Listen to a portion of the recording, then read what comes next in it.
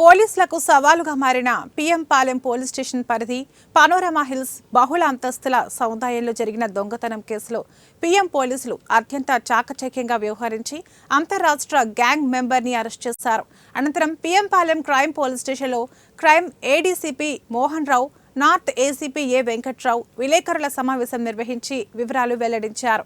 గత ఆగస్టు నెలలో లా కాలేజీ రోడ్లో గల పనోరమా హిల్స్లో నివాసముంటున్న డాక్టర్లు దంపతులు పని మీద వేరే ఊరు వెళ్లిన సందర్భంలో దొంగతనం జరిగిందని బాధితులు ఫిర్యాదు చేయడం జరిగింది.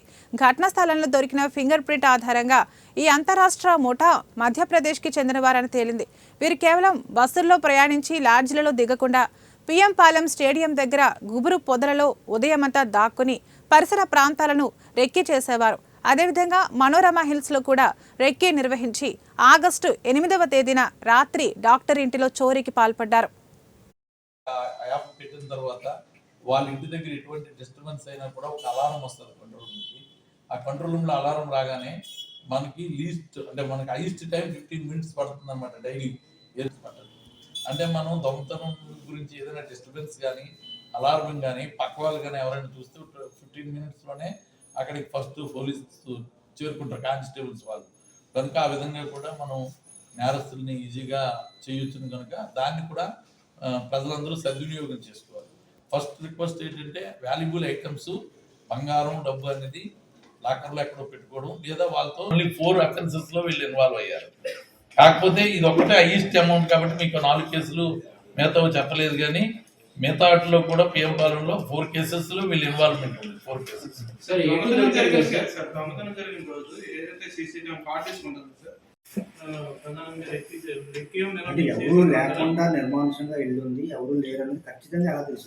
అంటే అలాగనే ఉండదు. వీళ్ళ తాలూకా ఎంఓ ఎలా ఉంటుందంటే వీళ్ళకి ఒక అంచనాకు వచ్చి బుషెస్ అవి ఉండాలి, వీళ్ళకి డార్క్ ఉండాలి హౌసెస్ చుట్టూను. అలా చూసుకునేలా ఉంటే ఏమవుతుందంటే వాళ్ళు రెక్కి చేసుకునే క్రమంలో మీ ఇన్ని గంటలు ఇక్కడ హాల్ట్ చేయగలమని అనుకుంటే ఆ విల్లాకి లోపలంతా బాగుంది, చుట్టూ పెద్ద పెద్ద బుషెస్ తుప్పలు ఉంటాయి. మీరు అవేర్నెస్ వస్తుంది, చూడాలి. తర్వాత మా సిపి గారు తాలూకా ఇది కాన్సెప్ట్ ఏంటంటే కెమెరాస్ అనేది ఈస్ట్ కెమెరాస్ పెట్టాలి. కెమెరాస్ ఉంటే ఇంచుమించు ఒక కెమెరా 100 మంది పోలీసులతో సమానం అన్నది గతంలో నుంచి స్లాగన్ ఉంది. దీని ద్వారా ఏంటంటే అన్ని ఏరియాల్లో కూడా కెమెరాస్ అనేది పెడితే చాలా ఇంపార్టెంట్. అదేవిధంగా మన ఏదైతే ఇప్పుడు ఫెస్టివల్ టైం అంటున్నామో షాప్ ఓనర్స్ కూడా అది గేటెడ్